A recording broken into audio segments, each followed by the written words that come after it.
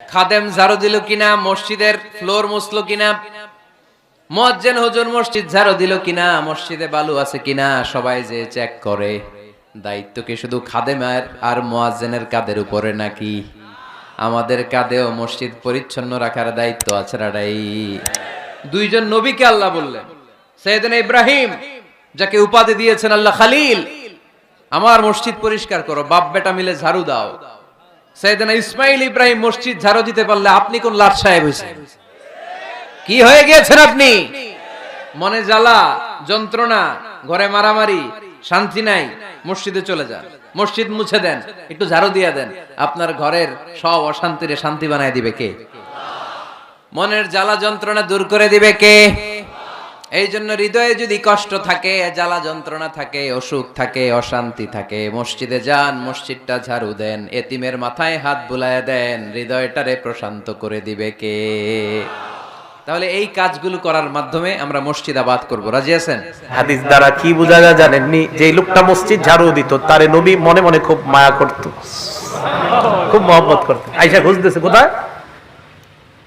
হাদিস দ্বারা আরেকটা বিষয় বোঝা যায়, কালো মানুষ মসজিদ ঝাড়ু দিত, তাই নবীকে না জানানো সারা ফামাতা, ওই লোকটা মারা গেছে, আল্লাহ নবীরে না জানায়া তারা তাকে দাফন করে দিস। চিন্তা করছে, আর নবীরে কি জানাবো, দাফন করে দিস। আমরা কিন্তু এরকমই করি। হ্যাঁ, ইমাম সাহেবরা কষ্ট নিয়েন না, খতিব, ইমাম, মুয়াজ্জিন এতটুকু ঠিক আছে, খাদেম খাদেম। নবী সাল্লাল্লাহু আলাইহি সাল্লাম খুঁজলেন কোথায়, হুজুরটা মারা গেছে। নবীজি মারা গেছে মানে আফালা কুনতুম আযানতুমুনি, আমাকে জানাইবা না মারা গেছে? হুজুর আমরা তো মাটি দিয়ে দিছি। কবর কোথায়? দুল্লুনি আলা কবরিহি, আমার কবর কাছে নিয়ে যাও। কবরের কাছে গেছে, সামনে দাঁড়ায় জানাসা। এবার উযু করলেন, উযু করার পর মসজিদে আসবেন। কোথায় আসবেন বলেন? মসজিদে আসবেন। আসার সময় কি করবেন?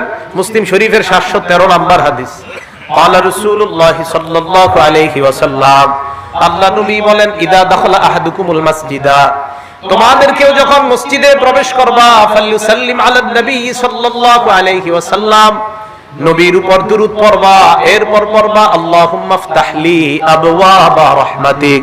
এটা গুরুত্ব দিয়ে পড়েন তো, আল্লাহুম্মা ফতাহলি আবওয়াবা রাহমাতিক। প্রত্যেক মসজিদের দরজায় লেখা আছে, এরপরে পড়ে না। আচ্ছা একটু ভাবেন তো, যখন আপনি মসজিদের দরজা দিয়ে ঢুকতেছেন আর পড়লেন আল্লাহুম্মা ফতাহলি আবওয়াবা রাহমাতিক, আল্লাহ আপনার রহমতের দরজাগুলো আমার জন্য খুলে দেন, ঘটনাচক্রে যদি ওই মুহূর্তে আপনার দোয়া আল্লাহ কবুল করে ফেলে, আপনি কেন পড়বেন না? এটা পড়বেন আর ইয়াকিন রাখবেন, আল্লাহ আল্লাহ আজকে কবুল করেন। আবার ইয়াকিন রাখবেন, আল্লাহ আসরের সময় বললাম আজকে কবুল করেন, আল্লাহ মাগরিবেও দোয়াটা বললাম কবুল করেন। আরে আল্লাহ যদি কবুল করেই নেয়, তো রহমতের সব দরজা তো আপনার জন্য খোলা। পড়বেন তো ইনশাআল্লাহ। এরপর মসজিদে যখন আসবেন, এই এনতে মন দিয়ে শুনেন, মসজিদে আসার পর খাদেম সাহেবরে খুঁজবেন, খুঁজে বলবেন, খাদেম সাহেব মসজিদে এত ময়লা কেন? আপনি কি করেন সারাদিন? বেতন কম দেয়নি? এটা কেন না? কারণ নবীজি সাল্লাল্লাহু আলাইহি সাল্লাম মসজিদের ময়লা নিজে পরিষ্কার